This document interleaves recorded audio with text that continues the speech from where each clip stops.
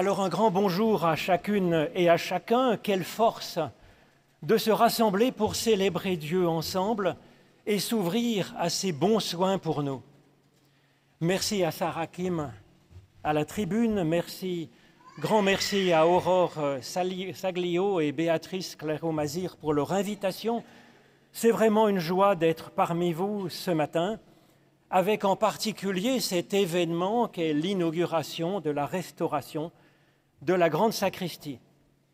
Alors en fait, cette grande sacristie, après bien des difficultés pour les protestants de France, voilà tout d'un coup que la chapelle royale du Louvre leur est dévolue. Ils y ont vu la main de Dieu dans leur existence venant à leur secours. Et c'est pourtant avec un curieux verset de louange, de confession de foi, qu'ils honorent Dieu par un verset peint dans la sacristie, que vous connaissez, que vous verrez peut-être, et qui dit « Jusqu'ici, l'Éternel nous a secourus ». Alors ce verset m'a toujours bien amusé parce que c'est pour le moins modeste et prudent comme confession de foi. Il y aurait eu quantité de versets plus affirmatifs, plus catégoriques, pour dire notre confiance en Dieu. Mais c'est ce verset, tout simple, teinté de doute finalement, qu'ils ont choisi. Alors ce verset est tiré du premier livre de Samuel, au chapitre 7. Samuel prit un agneau de lait et l'offrit tout entier en holocauste à l'Éternel. Il cria à l'Éternel pour Israël, et l'Éternel lui répondit. Pendant que Samuel offrait l'holocauste, les Philistins s'approchèrent pour attaquer Israël. Et en ce jour, l'Éternel fit retentir le tonnerre à grand bruit contre les Philistins. Il les mit en déroute et ils furent battus devant Israël. Les hommes d'Israël sortirent de Mitzpa, ils poursuivirent les Philistins, les battirent jusqu'au-dessous de Beth-Kar. Samuel prit une pierre qu'il plaça entre Mitzpa et Shen, et il appela ce lieu du nom de Eben-Ézer, pierre du secours, en disant « Jusqu'ici, l'Éternel nous a secourus ». Alors après ce passage, je voudrais vous lire un court extrait du testament spirituel de Jésus-Christ, juste quelques heures avant qu'il soit arrêté pour être exécuté, malheureusement.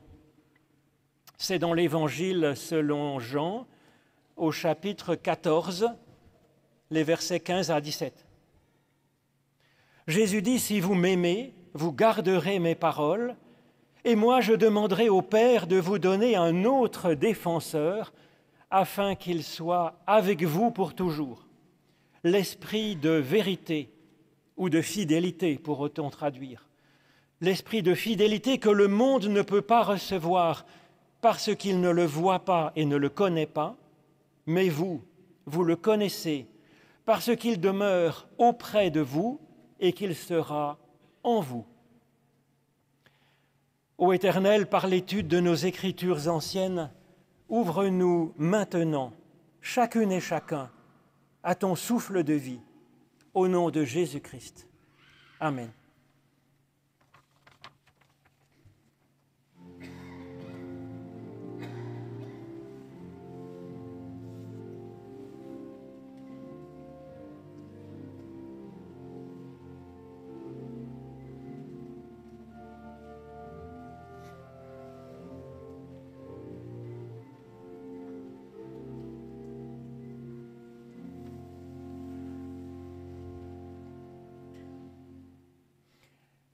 Jusqu'ici, l'Éternel nous a secourus. Alors pourquoi une confession de foi aussi prudente? Qu'est-ce que ce choix traduit comme mode de vie, comme attitude dans la vie et comme geste de foi? Alors je dirais que le premier geste me semble être la lucidité dans la vie. Alors oui, il y a plein de bonnes choses dans notre vie, dans notre monde. Il y a plein de bonnes surprises qui nous arrivent comme par bénédiction. Cependant, le fait d'avoir la foi n'est certainement pas la garantie que notre vie ne sera qu'un chemin bordé de lys et puis pavé de pétales de roses sans épines. Non, la vie n'est pas comme ça. Si l'Éternel nous a déjà secourus à de nombreuses reprises, eh bien c'est qu'il y a eu besoin de nous sauver et donc il y avait des moments difficiles dans le passé, qu'il y a peut-être des moments difficiles dans notre vie présente et qu'il y en aura encore dans la vie future. La vie est complexe. Alors le second geste finalement que je lis dans ce verset, c'est la gratitude. C'est effectivement une modestie lucide que nous propose cette confession de foi. Tout ce qui nous arrive de bien ne vient pas seulement de nos petites forces et de nos petites sagesses. Le geste de gratitude, il va au-delà du bien qui existe dans notre monde et qui nous réjouit. Elle cherche en amont ce qui a bien pu être source de vie dans notre existence. Et je trouve que c'est un excellent geste supplémentaire, c'est une lucidité approfondie. Mais Samuel va encore plus loin que la gratitude. Il fait de sa gratitude un mémorial en dressant un autel pour rendre un culte à Dieu. Et c'est ce que font aussi les oratoriens dans la grande sacristie, en choisissant ce verset et puis en le peignant pour les générations sur le plafond. Alors je crois que ce mémorial de gratitude est une idée excellente et en fait très pratique, très concrète. Ce geste permet de conserver en mémoire ce qui a été pour nous une source de bénédiction, une source de supplément de vie dans le passé, de nous en constituer comme une sorte de bibliothèque de principes actifs, positifs dans notre existence.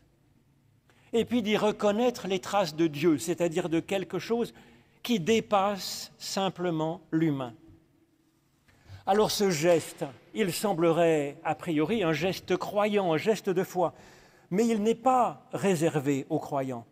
Toute personne peut chercher en elle-même ce qui l'a aidé à franchir un palier dans son existence, dans la profondeur de son être, dans l'élévation de son existence, identifier des sources de vie, en faire une petite collection, c'est ce que fait le croyant. Et finalement, le mot « l'Éternel » qui est dans ce verset, Yahvé en hébreu, ce mot, ça regroupe tout ce qui est principe de vie, source de vie dans notre existence. L'apôtre Paul traduit en langage courant de son époque pour les philosophes, stoïciens, épicuriens avec qui il discutait, il traduit l'Éternel par « celui en qui nous avons la vie, le mouvement et l'être ». C'est Dieu en tant qu'il est secours pour nous, sans jugement ni réserve, pure source de vie, de pardon, d'émancipation, d'élévation. Et donc ce mémorial de gratitude nous permet de placer au cœur de notre vie quotidienne, de notre espérance, de notre réflexion, de notre prière, eh bien ce Dieu-là, pour aujourd'hui et pour les jours suivants. Cette lucidité sur la vie et ce mémorial de gratitude sont un travail au jour le jour, avec une part d'observation, de lecture de notre vie, de notre monde, avec une part de réflexion, bien sûr, pour mouliner notre observation, et puis une part de prière, bien sûr, pour placer ce que nous avons observé face à ce moteur de vie qu'est Dieu. Personne ne peut faire ce travail à la place d'un autre, c'est pourquoi Jésus nous propose de prier dans notre intimité, seul à seul avec Dieu. Mais il est possible effectivement d'éveiller un enfant à acquérir ces gestes. Et ce sera une sacrée chance, une chance sacrée dans sa vie. Il émerge alors dans ce verset un premier fruit de vie, c'est le « nous ». Jusqu'ici, l'Éternel nous a secourus. Effectivement, c'est comme dans l'enseignement de Jésus sur la prière, il nous invite à prier en solitaire, cœur à cœur avec Dieu, mais aussitôt dans sa prière, qu'on appelle le Notre Père, eh bien surgit le « nous ». surgit le fait que c'est notre Père, pas simplement mon petit papounet à moi, mais aussi en réalité, bien sûr. Et je crois qu'effectivement, la lucidité et la gratitude nous ouvrent à un nous possible. Quand la masse de nouvelles cauchemardesques nous pousse à nous recroqueviller sur nous-mêmes, sur un sauve-qui-peut personnel, chacun sur son rond-point, en se disant « mes droits, ma vie, mon salut », eh bien, quand on est dans la lucidité, dans la gratitude, ça nous ouvre et ça nous permet de faire la part des choses dans notre existence et ça nous enseigne qu'une irruption de quelque chose de transcendant, d'inouï, d'inattendu, peut sans cesse se manifester comme par miracle dans ce monde, dans notre vie. Et c'est la réalité en fait. C'est ce que nous observons chaque jour ou presque. Même du mal, Dieu peut faire surgir un plus grand bien. Et cela est mis en récit de 1000 façons dans notre Bible. C'est ce dont parle par exemple l'histoire de Joseph vendu par ses frères. C'est ce que parle de la résurrection du Christ. C'est ce que dont parle cette histoire de Samuel à Mitzpah, dont nous faisons bien sûr une lecture spirituelle et non pas une lecture guerrière, évidemment. Le second fruit de cette lucidité et cette gratitude mise en avant par ce verset, c'est, je crois, une théologie plus robuste, plus authentique et plus fidèle à celui qui nous donne la vie et qui donne vie au monde. En effet, bien des théories circulent sur l'être et sur l'agir de Dieu. Le Christ, dans son évangile, nous dit que l'Éternel sauve. C'est ce que signifie d'ailleurs le nom même de Jésus, Yeshua, en hébreu, Josué en français ou Jésus en grec. L'Éternel sauve. Mais on peut entendre ailleurs que Dieu pourrait éprouver certaines personnes pour voir comment ils s'en sortent, ou bien punir, ou bien abandonner ceux qui seraient pas tout à fait à la hauteur au point de vue de la foi ou de la confession de foi.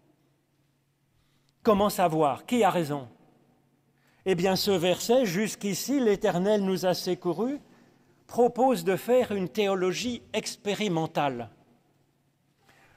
Ce que note Samuel, c'est que dans ce qu'ils ont vécu, dans leur histoire, l'Éternel a été encore et encore une source de vie pour contrecarrer tout ce qui menaçait de les abattre. Dieu n'est donc pas derrière ce qui nous arrive de mauvais, non, il est pure source de vie. Et donc c'est l'expérience qui vient au secours de la controverse théologique, de la théologie spéculative. Alors c'est comme ça que la science progresse. Un certain nombre de modèles existent pour rendre compte de la réalité physique de notre monde. Il appartient aux scientifiques de valider plus ou moins telle ou telle théorie par des expériences. La théorie est ainsi respectée et elle est mise en doute à la fois. Non pour détruire la théorie, les modèles, mais au contraire pour les affiner, pour les rendre plus fidèles à la réalité et rendre mieux compte ainsi de cette réalité et nous aider à vivre. C'est la même chose en théologie.